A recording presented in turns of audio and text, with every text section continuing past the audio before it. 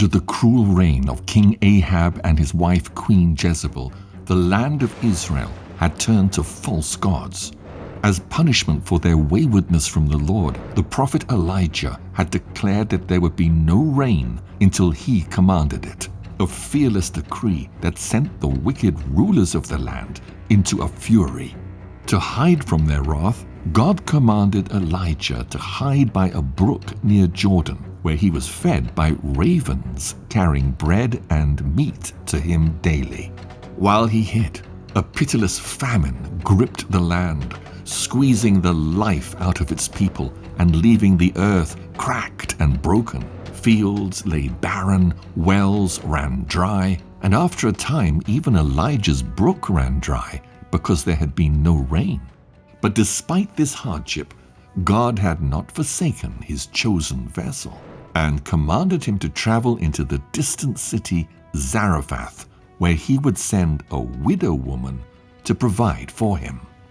With his garment trailing the dusty road, Elijah approached the gates of the city at last. His sharp eyes fell upon a woman, stooped and gaunt, gathering sticks to make a fire. Her movements were slow, and it was clear that she had been struggling for survival. "Bring me a little water in a jar that I may drink," Elijah called out. The widow turned, startled by the voice of a stranger. Her lips were cracked, her hands trembling, but even in this time of drought, she would not turn away a fellow sufferer in need. She nodded slowly and moved to fetch the water, but as she walked away, Elijah added, "And bring me a piece of bread." She froze, her shoulders stiffening. Turning back to him with a face etched with sorrow, she quivered, "As surely as the Lord your God lives, I have no bread, only a handful of flour in a jar and a little oil in a jug. I am gathering a few sticks to take home and prepare a meal for myself and my son, so that we may eat it and die." Stepping closer, Elijah gazed kindly at the widow woman. "Do not be afraid," he said, his voice calm and commanding. "Go home and do as you have said.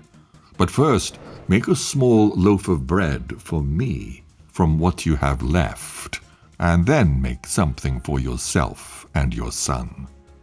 The widow blinked in confusion, her mind racing. How could this stranger find it in his heart to ask for what little she had left? But Elijah continued with confidence, "For this is what the Lord, the God of Israel, says. The jar of flour will not be used up, and the jug of oil will not run dry until the day the Lord sends rain on the land." This was the ultimate test of faith for the poor widow woman. She wanted desperately to believe what the prophet said, but could she really trust him? Could she trust his God? She went. She mixed the last of her flour and poured the remaining oil. The bread she baked was humble, but in this time of famine looked as enticing as a feast. Trembling, she brought the loaf of bread to Elijah, who received it with gratitude and devoured it heartily, while her starving son watched longingly from his corner.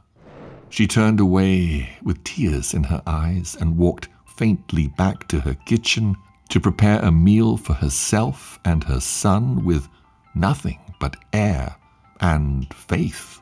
But as she reached for the empty containers, the jug was now full, flowing richly with life-giving oil.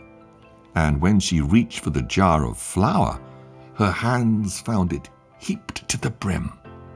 Day after day she returned to the vessels, and day after day they were replenished.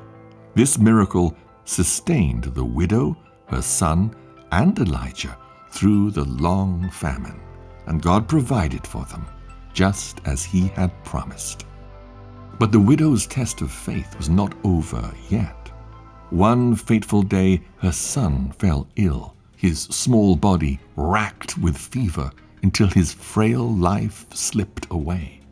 The woman's cries of anguish were dreadful to hear, and she turned to Elijah with grief and bitterness. "What do you have against me, man of God? Did you come just to remind me of my sins and kill my son?"